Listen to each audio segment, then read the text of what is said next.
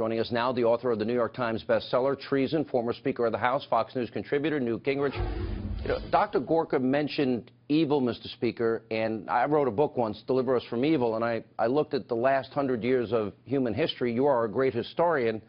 Over 100 million human souls destroyed by evil.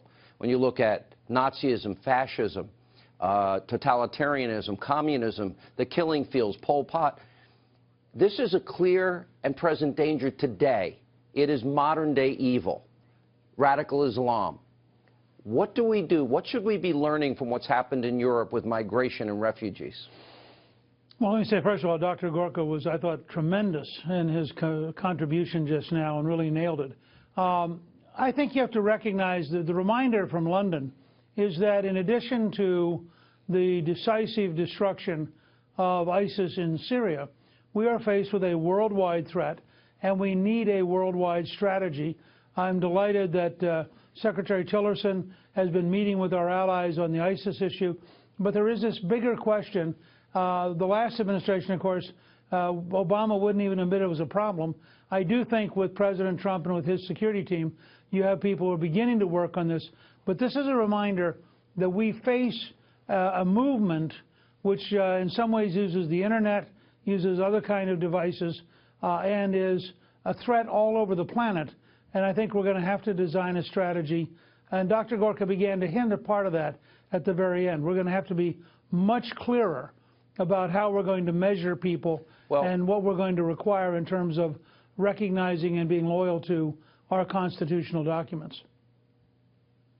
We've had our own issues with refugees and migrants in this country, but nothing compared to what Europe has been experiencing, and dramatic increases in terror attacks, dramatic increases in major crimes. We've seen it not only in France and Great Britain and Belgium and Germany, but all throughout the European Union.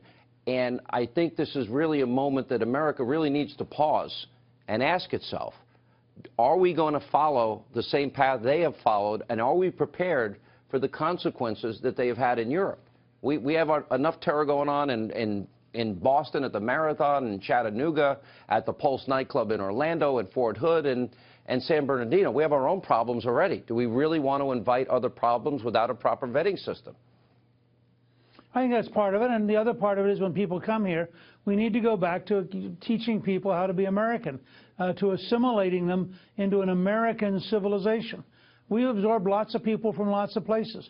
We can do it again, but part of that requires that we defeat this left-wing mythology that you can be multicultural and still be a single country. I think we can have many peoples come to America, but they need to learn to be American if they're going to live here. Then I ask you the question I asked Dr. Gorka. I mean, for example, I'll give you one example. In Great Britain, of all countries, they have 83 specific Sharia courts, separate and apart from the judicial system of Great Britain. And I don't care what every liberal says. I know for a fact from people I've interviewed and people who have been there, no-go zones exist throughout Europe in different places, including France. So, you know, there's no assimilation there, Mr. Speaker. Those are two separate, distinct countries, or a country within a country. Right, and that's the European problem, and we cannot tolerate any development of an alternative culture inside the United States. I think we have to say we're happy for everyone to be Americans. We're happy for people to come here to learn to be American, but we are not going to allow Sharia courts. We're not going to allow no-go zones, and we're not going to allow people to decide that they are in America but not part of America. Right. That's a recipe for disaster. Then that raises the question that I was asking Dr. Gorka, and it goes to the heart of extreme vetting. And I would add a lot of other countries to it and make anybody that wants to be a guest in our country pay for their own vetting, my own thoughts. But how do you ascertain, knowing that ISIS, they may be evil, but they're not stupid, and they probably would be well-trained and coached on giving answers if they were being vetted? So I guess the question is, how do you possibly vet the mind, the heart, and the soul of somebody coming from a country whose culture, for example, is like Saudi Arabia? Well, I think part of it is you've got to have a lot more information than we have from anywhere in Syria about their background. What kind of a mosque do they go to?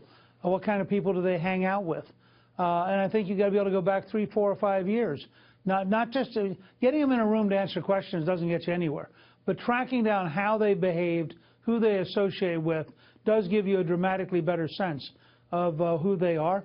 And frankly, people who go to radical mosques shouldn't be allowed into the United States.